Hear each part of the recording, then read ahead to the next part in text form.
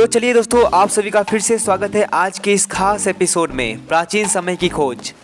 पृथ्वी से 28 लाख गुना सूर्य को हनुमान कैसे निगल गया? क्या यह विज्ञान के साथ मजाक है? इस हिसाब से तो आपको हर उस चीज पर सवाल उठाने चाहिए जो कि आसान नहीं है, जैसे कि हनुमान जी ने बिना थके इतना विशाल समुद्र कैसे पार कर लिया। अरे श्री हनुमान जी भगवान का अंश हैं, उन्हें विभिन्न तरीके के वरदान प्राप्त हुए हैं, वो भगवान हैं। हनुमान जी के पास अष्ट महासिद्धि और 9 निधि है। ये अष्ट महासिद्धि अणिमा, लघिमा, महिमा, ईशित्व, प्राकर्म्य, गरिमा और विहित्व है। इन्हीं सिद्धि के सहारे उनका सूर्य के पास जाना और उसे निगलना संभव है। लेकिन दोस्तों, गौर करने वाली बात यह है कि हनुमान जी निगलते नहीं हैं। गोस्वामी तुलसीदास द्वारा लिखी गई हनुमान चालीसा के इस 18वीं चौपाई में सूर्य और पृथ्वी के बीच की दूरी का वर्णन है। जुग सहस्त्र जोजन पर भानु, लिल्यो ताहि मधुरफल जानू। यह दोहा अवधी भाषा में है। इस दोहे का हिंदी भाषा में अर्थ यह है कि हनुमान जी ने एक युग सहस्त्र योजन की दूरी पर स्थित भानु यानी सूर्य को मीठा फल समझकर खा लिया था। खाने ही वाला था तभी देवराज इंद्र ने प्रहार कर दिया।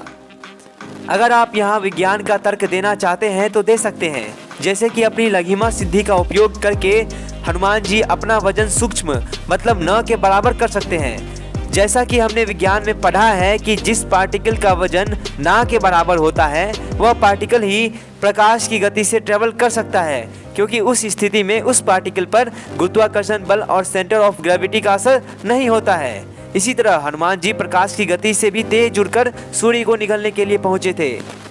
और यह भी जान लीजिए कि नासा के अनुसार सूर्य और पृथ्वी के बीच की दूरी 149 मिलियन किलोमीटर है। और यह बात पहले ही हनुमान चालीसा के 18वीं चौपाई में धरती और सूर्य के बीच की दूरी का वर्णन किया गया है। हनुमान जी के अष्ट सिद्धियों में से एक था महिमा। इस सिद्धि से वह अपने शरीर को जितना चाहे उतना बड़ा कर सकते थे।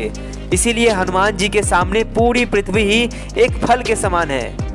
विज्ञान के अनुसार कोई भी ऐसी वस्तु जिसका वजन ज़्यादा और उसमें बहुत ऊर्जा हो वह ब्लैक होल बना सकती है।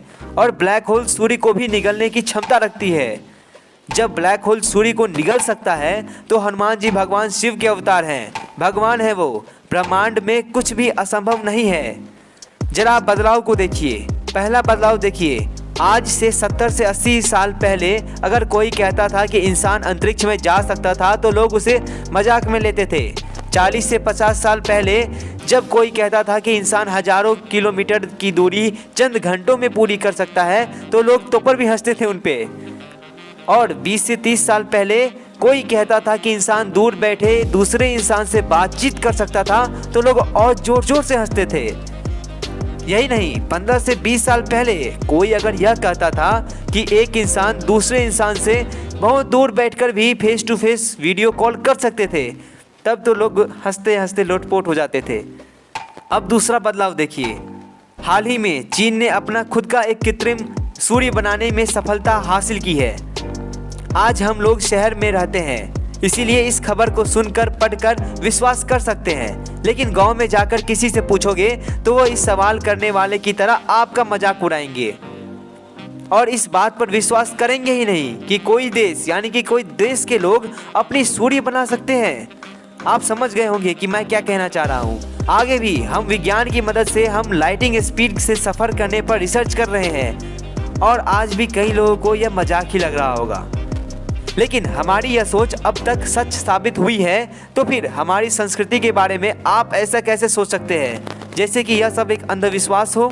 हमारी संस्कृति हमारे दिल, दिमाग, इतिहास, किताबों और वेदों में निहित है, जबकि विज्ञान अभी शुरुआत ही है। इसीलिए हम आज तक भी विज्ञान को सही तरीके से समझ नहीं पाए हैं। तो फिर अपनी संस्कृति को आप एक लिमिट तक सही लेकिन ज़्यादा विज्ञान से तुलना कैसे कर सकते हैं? इसीलिए कभी भी अपनी संस्कृति को विज्ञान से ज़्यादा तुलना नहीं करनी चाहिए। कुछ चीज़ें ऐसी होती है जो आज भी विज्ञान नहीं समझ पाया है। जनहित लोक कल्याण में इसे शेयर जरूर करें।